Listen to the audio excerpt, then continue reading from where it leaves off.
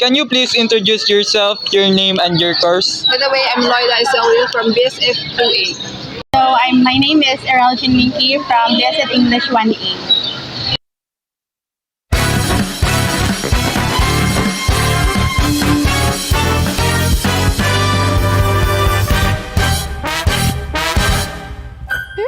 Good day, everyone. Welcome to our special interview where we dive into some of the toughest moral dilemmas people face in real life. Today, we'll be asking students from different courses for their opinions on this thought-provoking situation.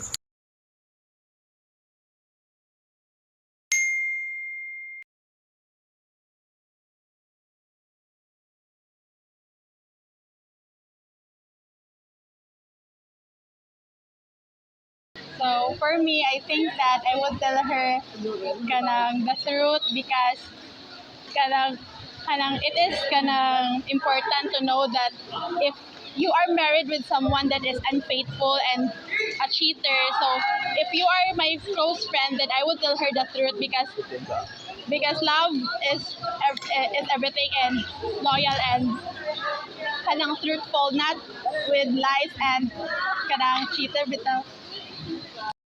If I am there in the situation, as a friend of a bride, I will tell the painful truth that their wedding be postponed rather than act with a man who just is cheating on here.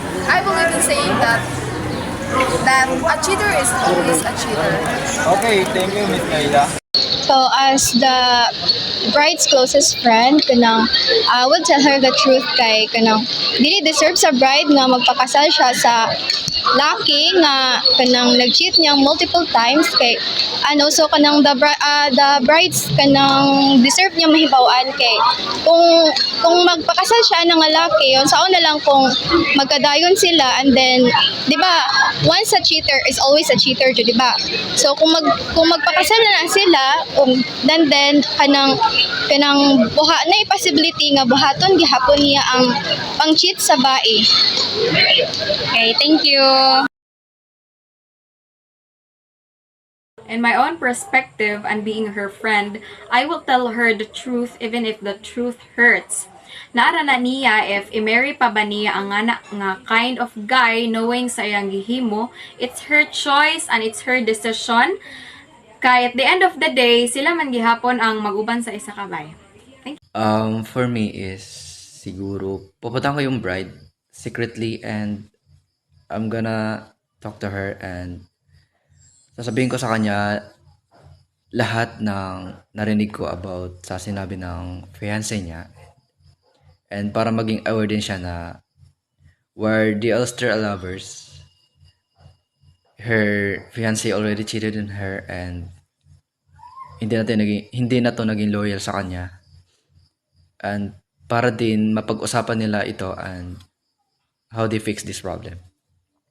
So, for me, yes, I can tell the truth on her wedding day. She will not deserve to get married to someone who will not be a good partner. Kay kasagaran karon, di pa jud ang inap ang usa. Mao makapang-cheat ang tao.